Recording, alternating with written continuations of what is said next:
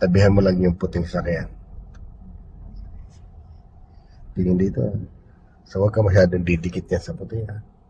Pero huwag na masyadong malayo. Ayan, maganda yung space mo yan. Ayan. Hanggang tumapat lang yung mirror. Pero pag malapad ka dyan sa kanya, medyo malayo, pwede mong ilagpas ang mirror. Lagpas mo pang dito. Yeah, pwede na yan. Na. Then, lagyan mo sa reverse. Mali yung kabig naman na galang. Ayun. Oo, kasi papupuntay natin sa kaliwa. Dapat kaliwa. Okay, tingin ka muna dito. Palagpasin mo muna. Para walang abala. No?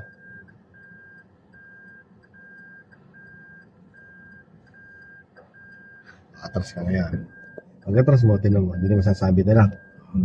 Dito ka na tumingin. Ano? Dito. Kasi yung ano nyo, kailangan mag-point tayo. Pero hindi sobra ha. Para hindi tayo natikit masyado. Pwede na yan. Yan. Okay na yan. Bit na.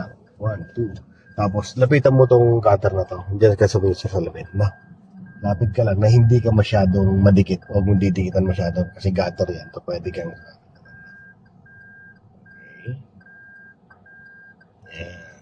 Mga ganyan. Pwede ka nang kumabig-kabig pa kanan. Na. Para hindi ka masyadong dikit. Pag dumidikit, todo mo manibela mo. Yan. Todo mo. Kagaya yan. Todo mo na. Para hindi ka masyadong dumikit sa gutter. Okay. Yan. Save naman. Sumabit siya. Gawin mo, ilagay mo sa drive. Okay lang yan. Todo mo lang doon. Yan. Para iaangat lang natin yung...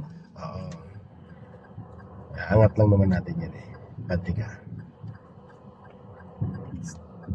Yan. Sige. Mapapansin mo yan, umaangat na yung gulong mo doon sa sumasabit na. Umangat na ba? Malaki na ba angat? Angat na ba?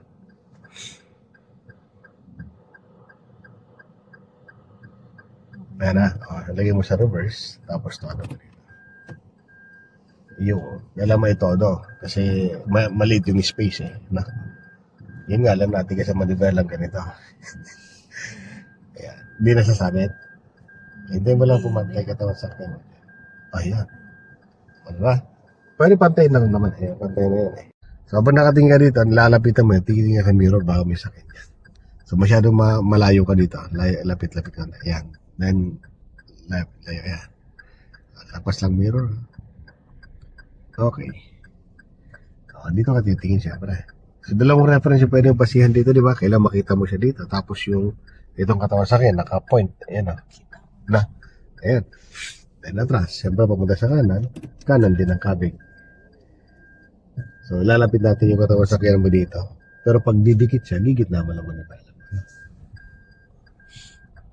Papakaramdaman mo lang yan. Sa palagay mo. Medyo. Okay, gano'n naman. Yan. Then, down lang. Silip sa kabila. Titignan mo, masikip pa rin. Gitna naman.